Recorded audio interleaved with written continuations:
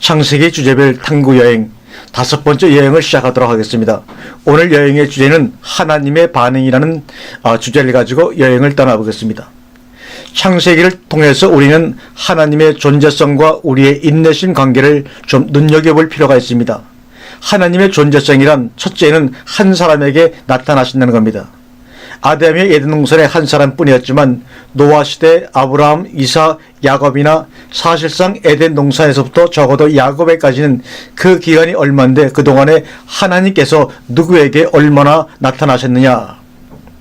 이것은 사람의 관점에서 본다면 하나님의 존재성을 의심할 정도로 정말 가끔씩 어떤 특정 대상 한 사람에게 나타나서 말씀하시고 그것도 그 사람에게 자주 나타나신 것도 아니고 노아는 홍수 사건 전후로 나타나신 이외에는 다시는 나타나지 아니하신 그런 하나님이십니다. 아브라함에게도 자주 나타났지만 그것도 아브라함의 후기에 몇 번이나 나타나셨는가. 이삭에게도 야곱에게도 그렇습니다. 우린 여기서 하나님의 속성이라는 것을 생각해 볼 필요가 있습니다. 하나님은 무슨 일을 얼마나 하시고 누구에게 무슨 말씀을 하시고 얼마나 자주 나타나셨느냐. 지금 그게 중요한 것이 아닙니다. 우리는 항상 그분의 역사하심, 다시 말하면 하나님의 업적에 대해서 많은 관심을 가지고 있고 오늘날 기독교인들은 거의 하나님이 자기를 돌보시고 도와주시고 하는 비성서적인 생각으로 생각하는 경우가 많은데 성경적으로 본다면 일생에 몇 번 나타나시는 하나님이시라는 겁니다. 그것도 어떤 특정 대상에게 말입니다. 그렇다면 하나님이 나타나시지 아니한 나머지 기간들은 어떻게 살아야 되느냐? 다행히 오늘날 우리들에게는 성경이라는 것이 있습니다.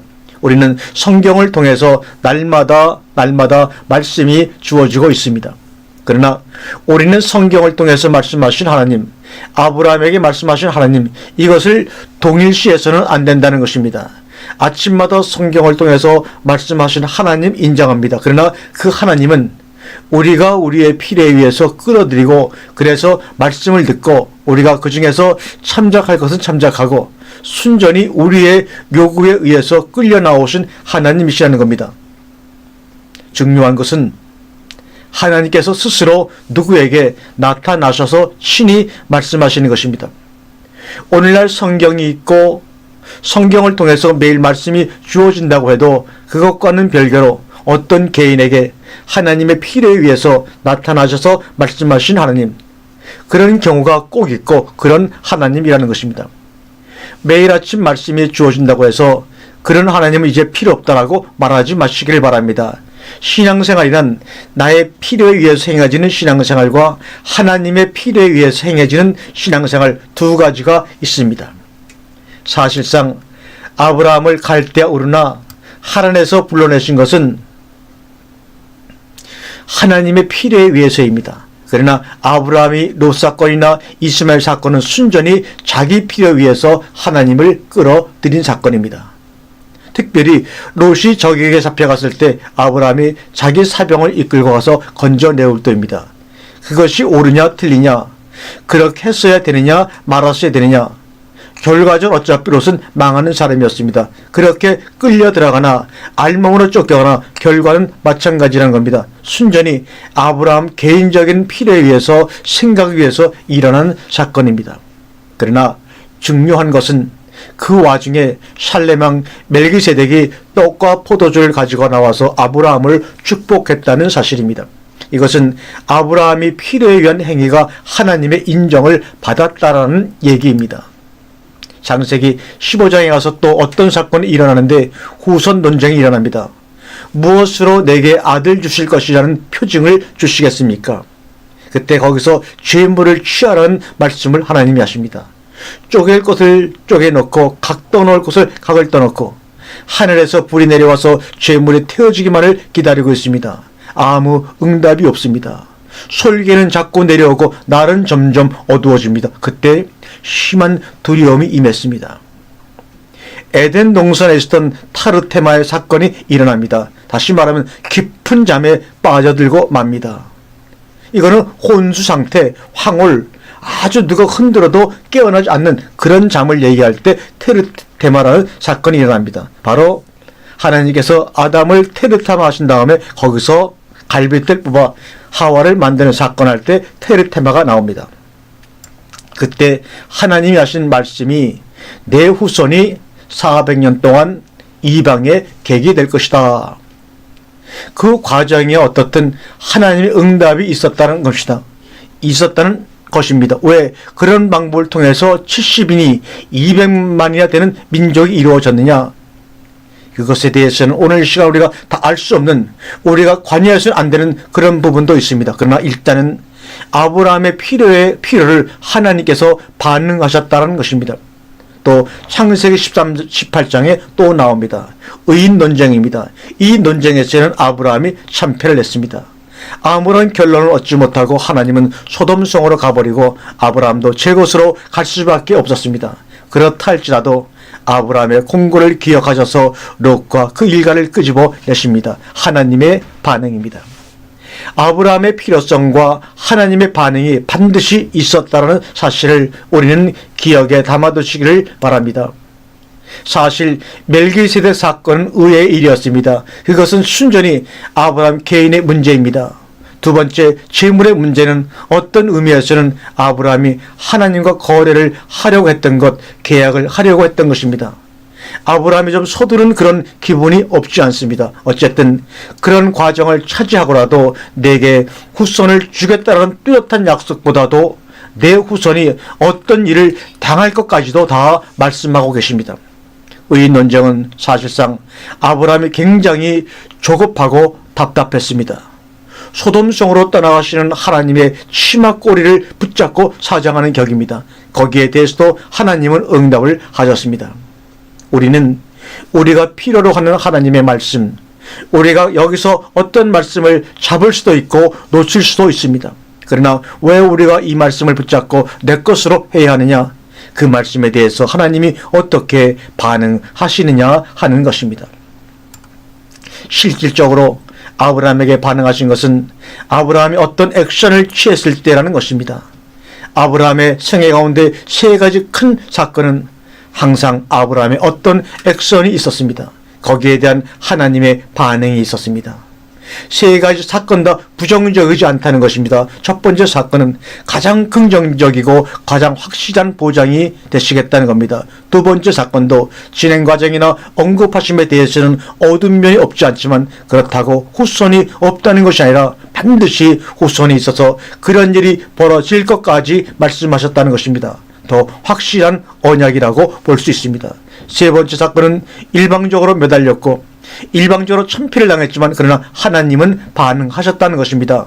하나님의 존재성이 사실성으로 나타나야 합니다. 우리가 왜 말씀을 붙잡고 말씀을 따라가야 하느냐 하면은 내가 말씀을 붙잡고 있는 한은 하나님께서 거기에 대해서 반응하신다는 것입니다. 그래서 우리는 어떻게 반응하시는가를 확인하고 또 확인해야 합니다. 우리가 말씀을 듣는 이 삶이 매일매일 일어나는 어떤 일일 관행처럼 생각하면 안 된다는 것입니다. 오늘날 기독교인들이 매일 아침 새벽에 와서 기도를 하고 갑니다. 무슨 기도를 했든지 간에 새벽에 나와서 기도했다는 그 자체의 의미를 두고 가버립니다. 기도의 내용을 담지도 않고 하나님께서 어떻게 반응하시냐에 대해서 기대도 없습니다. 그냥 왔다 갔다 왔다 갔다 하는 겁니다. 그러나 아브라함에게 나타나신 하나님은 그런 분이 아니었습니다. 물론 매일 아침 일어나는 것도 아니고 한 달에 한 번 일어나는 것도 아닙니다. 정말 어쩌다 한 번입니다. 그러나 중요한 것은 반드시 하나님께서 거기에 대해서 반응을 하셨다라는 사실입니다. 아브라함이 어떤 상황이 있었던지 간에 그가 조카 롯을 위해서 싸우는 사건이나 후손 문제로 믿네 못 믿네 그랬던지 간에 되지도 아니할 일을 가지고 하나님 치마꼬리를 붙잡고 사정을 하든지 간에 하나님께서 거기에 대해서 반응하셨다는 사실에 대해서 우리는 하나님의 존재적 속성에 대해서 분명히 기억하고 새겨두어야 할 문제라는 것입니다. 어떨 때는 일방적이고 하나님과 상관없는 일일 수도 있습니다. 롯이 그돌라움의 연합군에 잡혀갔던 일, 그런 롯을 사병을 끌고 가서 빼앗아 왔다는 것은 순전히 아브라함의 개인적인 문제일 수 있습니다. 그럼에도 하나님은 거기에 개입을 하셨습니다. 애굽 사건도 마찬가지입니다. 어떤 모양으로든지 개입을 하셨습니다. 이것이 바로 구원이고 아도나이고 엘로헤임 것입니다.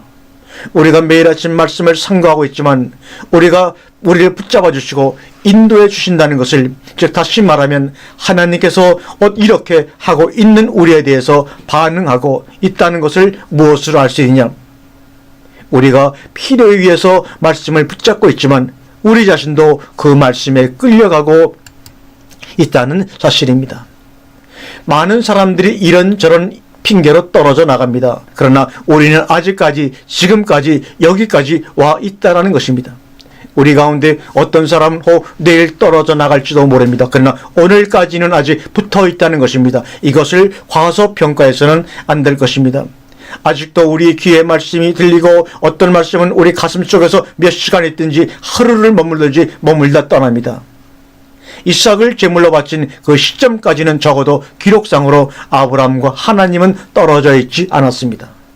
애굽에 갔을 때 같이 내려가셨고 롯을 구하러 갔을 때도 아브라함 생각에는 하나님과 아무 상관이 없는 개인적인 문제지만 거기에 나타나셨다는 것입니다. 이삭 약속하시면서 소돔성 얘기를 꺼내지 않을 수 없었던 아브라함과 하나님의 관계, 아비멜렉과 또다시 애굽 재판 사건이 일어났던 그때도 똑같이 나타나셨던 하나님, 그것 때문에 신앙이 이어지고 관계성이 끊어지지 않고 지속되고 있다는 것입니다. 우리는 한 사람을 붙잡고 말씀하신 하나님을 이 시간에 배워야 합니다. 하나님을 필요로 하나 필요로 하지 아니하나 상관없이 모든 일에 있어서 이런 큰 일 말고 다른 때는 그냥 양이나 치고 소나 몰고 그냥 평화롭게 매드인으로 평범하게 살았을 것입니다. 적어도 창세기 기록 사건은 하나님이 나타나셔야 되고 말씀하셔야 되는 그런 사건만 기록해 놨기 때문에 처음 말씀하실 때와 두 번째 말씀하실 때 그 어가는 그 사건으로 말미암아 두 번째 사건까지 관계성이 끊어지지 않고 이어지고 있습니다. 그것이 바로 신앙생활인 것입니다. 우리는 그것을 더 가까이 매일매일 어제의 말씀이 오늘로 이어지고 오늘의 말씀이 내일로 이어지는 그 징검다리 이어짐이 언제부터 이 지금까지 이어지고 있다는 사실입니다. 중요한 것은 하나님은 아브라함의 속성을 아십니다. 그가 믿을 것인가 안 믿을 것인가, 그가 나를 필요로 할 것인가 필요치 않을 것인가를 말입니다. 그가 어떤 땐 내 치마 꼬리를 붙잡고 어떨 땐 온전히 순종할 것인가 다 아시는 하나님이시라는 겁니다. 사실상 하나님께서는 아브라함이 불신적 상태에 있든지 아들 이삭을 바치라고 할 때 군소리 없이 한마디 없이 갖다 바치는 그런 때이든지 상관없이 아브라함의 하나님이시고 주가 되신다는 사실입니다. 다만 아브라함의 반응의 차이입니다. 주는 어제나 오늘이나 영원토록 동일하시다는 사실을 우리는 잘 압니다. 원문적으로 말하면 아토 자신입니다. 그냥 그대로 계십니다. 다만 우리가 세상으로 더 깊이 빠졌다가 조금 올라왔다가 인간적인 생각의 감정에 빠졌다가 다시 정상으로 왔다가 하는 차이점뿐입니다. 중요한 것은 하나님의 여전하심처럼 우리도 말씀 안에서 여전히 가는 것입니다.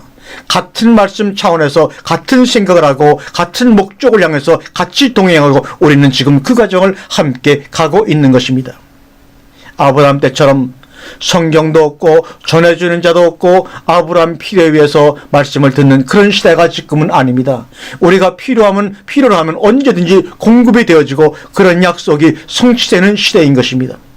아브라함 시대에 비하면 우리는 훨씬 좋은 시대에, 많은 복을 받은 시대에 살고 있는 것입니다.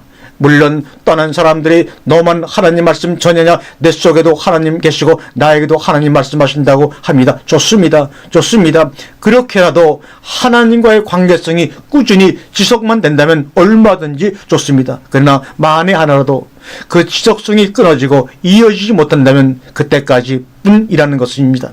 우리는 창세기에서 장소는 다르고 사건은 다르고 상황은 다르다 할지라도 하나님과 아브라함 사이의 관계성은 이삭을 온전히 하나님께 바쳐서 최후의 승리를 받을 때까지 지속적이었다는 것입니다.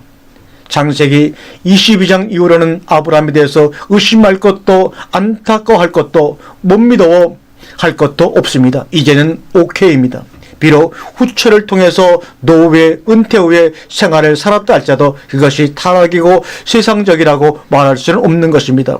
아브라함의 그 믿음이 하나님과의 관계성이 신뢰성이 훼손되거나 깨질 이유가 없다는 것입니다. 중요한 것은 그때가 언제냐? 주고받고의 말씀이나 어떤 사건이 없다 할지라도 튼튼하고 굳건한 하나님과 아브라함의 관계성, 신뢰로 맺어진 관계성은 변치 않는다는 것입니다. 우리는 아직도 징검다리식 말씀이 주어져서 오늘에서 내일로, 내일에서 모레로 계속 이어져 줘야만 따라갈 수 있는 유치원생적 신앙생활이 필요하지만 언젠가는 눈을 감고 가만히 누워있어도 말씀 속에서 하나님과 만나고 서로 간의 돈독한 신뢰성이 조금 더 변색되지 않고 평생을 지속하고 영원을 계속하는 그런 완성의 시점에 도달할 때가 있을 것입니다.